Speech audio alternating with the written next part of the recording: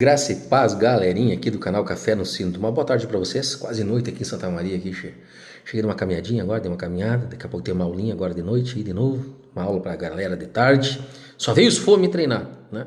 Mas deixa eu trocar uma ideia com vocês que eu acho bem importante. Eu sempre trago assuntos aqui que para mim são assuntos que são pertinentes ao cotidiano ou à história da igreja ou assuntos teológicos que para mim são de grande relevância. As pessoas podem dizer assim, esse assunto aí, irmão, a gente já tá cansado, nós estamos careca. Pois é. São careca, eu também tô careca, né? Não significa que eu não tenho que aprender um pouco mais e não tenho que viver segundo aquele que me chamou das trevas para a sua maravilhosa luz, né? Deixa eu trocar uma ideia com vocês então.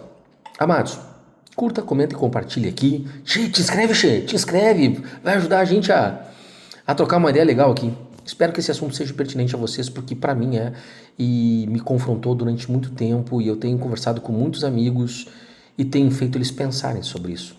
Tu já viu falar sobre o crente por adesão e o crente por conversão? Então quero apresentar para vocês aqui uma argumentação reformada, teocêntrica, né, trazendo a realidade dessa diferença, né, de um cristão por conversão ou por adesão. Tu já ouviu falar sobre isso? Então senta o dedinho ali, curta, comenta e compartilha, te inscreve, somente para a gente tratar desse assunto que eu acho magnífico. Amados, para você ter uma noção, a distinção entre o verdadeiro convertido, meus irmãos, e aquele que apenas adere ali ao ambiente eclesiástico é uma das marcas, eu creio que mais solenes aqui da teologia reformada. Porque quando nós colocamos Deus no centro de todas as coisas, que nós chamamos isso dentro da teologia de teocentrismo, nós entendemos que a salvação, meus irmãos, ela não é uma decisão humana motivada por entretenimento, mas ela é um ato soberano, né? E monergístico, ou seja, aonde apenas Deus opera, né?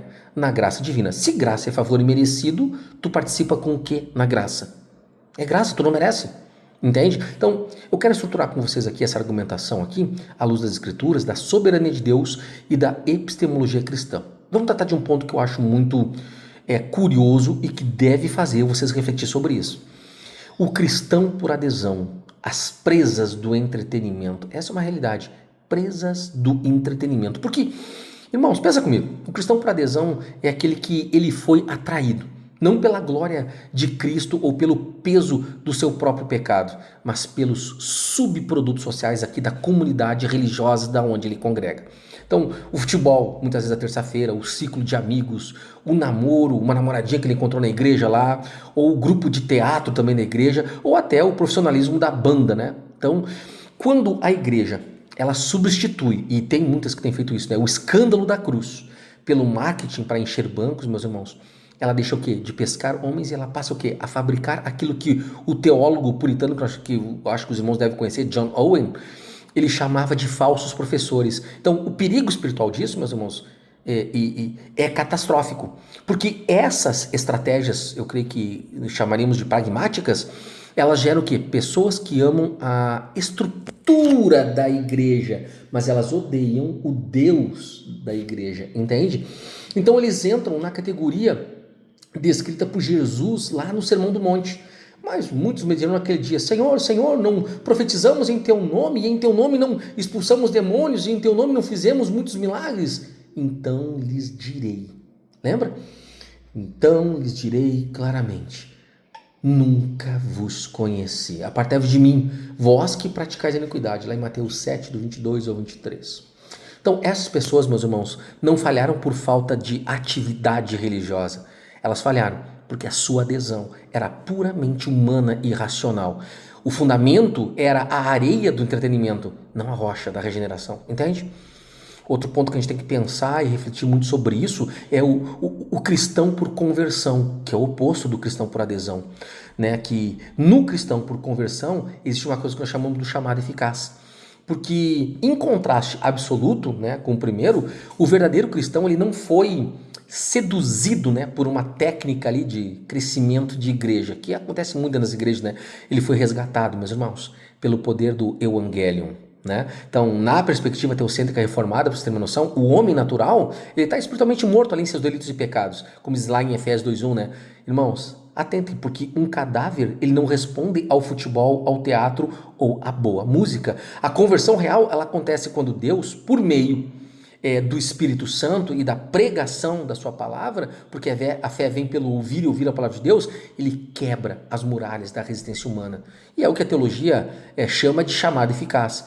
Mas vós sois a geração eleita, sacerdócio real, a nação santa, o povo adquirido, para que anuncieis as virtudes daquele que vos chamou das trevas para a sua maravilhosa luz, como diz em 1 Pedro 2,9, né?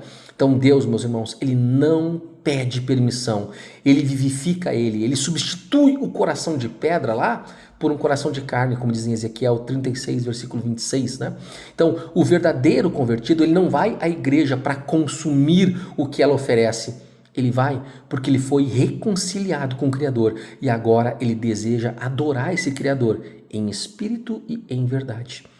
Agora tem o perigo do conhecimento da segunda mão. Do que eu estou falando? Porque um dos maiores sintomas da adesão, né, e da imaturidade espiritual é a terceirização do conhecimento de Deus. Irmãos, nós vivemos em uma época onde as pessoas elas preferem assistir a um filme bíblico, ouvir um podcast ou assistir até uma palestra motivacional a abrir as escrituras sagradas com temor e tremor. Essa é a realidade. Porque o perigo ali de alimentar a alma apenas com resumos mastigados lá por terceiros, meus irmãos, é a vulnerabilidade ao erro, entendeu? Os crentes de Bereia, eles são o padrão bíblico da maturidade epistemológica, porque o que a Bíblia fala lá em Atos 17, versículo 11? Estes eram os mais nobres. Por que eles eram mais nobres? Eles eram mais nobres dos que o quê? Dos que o de Tessalônica. Porque eles receberam a palavra com toda a avidez, a Escritura diz, né? Examinando as Escrituras todos os dias para ver se as coisas que eram de fato assim, se elas eram de fato assim. Essa é a realidade. Agora, irmãos, pensa comigo, porque se os bereanos, eles conferiam as palavras do próprio apóstolo Paulo ali, à luz do Antigo Testamento, quanto mais a nós devemos examinar aqui o que vemos em telas e púlpitos modernos. Porque estudar a teologia através de ficção científica ou ficção cinematográfica, como os caras colocam lá, que parece ficção científica, ou até de palestras humanistas, ela vai gerar uma fé deformada, baseada o quê? Em sentimentalismo, em sentimentos ali, né? E não na verdade revelada. Então, quem não lê e não confere a palavra com temor, cultua a um Deus que eu acho que é totalmente imaginário. Não, acho não, tenho certeza.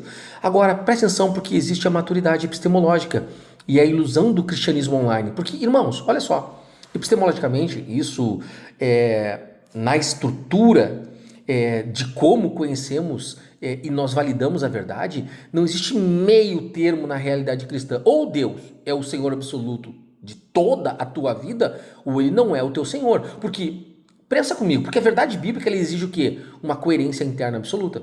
Tentar ser meio crente é um contrassenso lógico e espiritual, meus irmãos.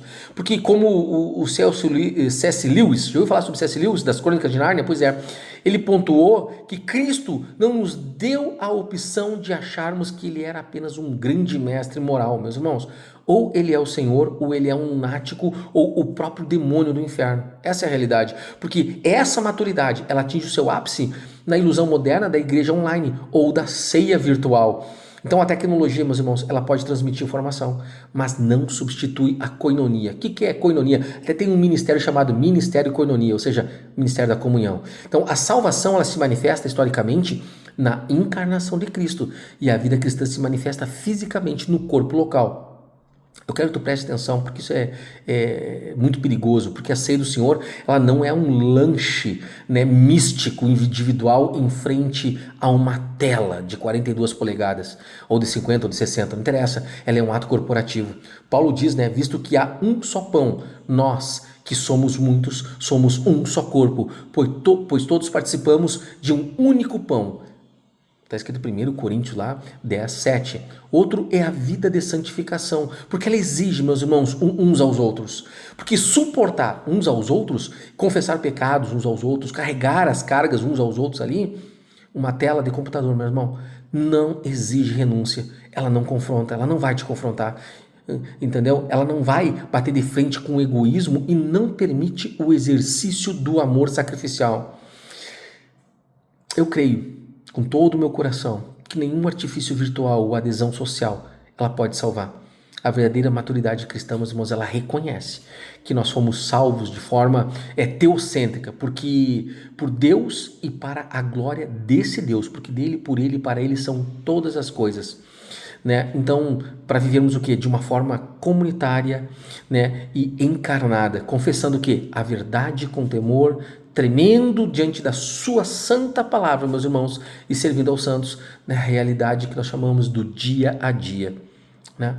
Então, esse é o fato, o crente por adesão. O crente por adesão, ele adere à igreja por qualquer coisa que chame a atenção dele, mas ele não entrou na igreja por causa de Cristo. Cristo é o cerne de a igreja existir. Cristo é o cerne, tudo é para a glória dele. Se a pessoa entrou por causa da namorada, ou da futura pretendente namorada, se ela entrou na igreja por causa de qualquer outra coisa, da banda de música, do grupo de música lá, do teatro, da dança gospel, misericórdia, né? Tem isso nas igrejas também, né? Eu era de uma igreja que tinha essas coisas. A minha pergunta, o que aquilo faz lá em cima de pregação do evangelho, de anunciação do evangelho? Nada. E não adianta os caras falar, Miriam dançou, fulano dançou, Davi dançou. Cara, assim, ó, quanto mais fala essas coisas, mais eu vejo, né, que o diabo reina nessas igrejas. Texto fora de contexto é pretexto, né, pro diabo se lavar. É a mesma coisa que tu diz assim, ó, irmão, a minha igreja todo domingo tem expulsão de demônio, todo domingo tem expulsão de demônio. O que eu entendo? Claro, não é pregada a palavra. Porque se na tua igreja expulsa demônio todo domingo, é como um corpo que está doente. Então tem que dar um antídoto. Qual é o antídoto? A palavra. Quando tu prega a palavra, demônios vão ser expulsos. Mas é raramente. Não é uma coisa que é todo domingo. Porque se todo domingo tem demônio expulso, o que você não é fiel às escrituras. Por que todo domingo tem um demônio expulso? O pior não é só o demônio ser expulso. O pior é quando o demônio está em um membro do corpo de oficiais. Aí pega, né? Quanto mais doente for uma igreja, mais expulsão tem. Pois é. Graça e paz a vós outros. Deus os abençoe. Curta, comenta e compartilhe aí. Seja gentil com o que eu estou falando aqui, porque eu já fui dessas igrejas aí e eu me atrasei um bom bocado. Eu sei que lá tem pessoas sinceras, mas amados, sinceridade não é o padrão de entrar no reino de Deus. É retidão à sua palavra. Não importa se você é uma pessoa sincera.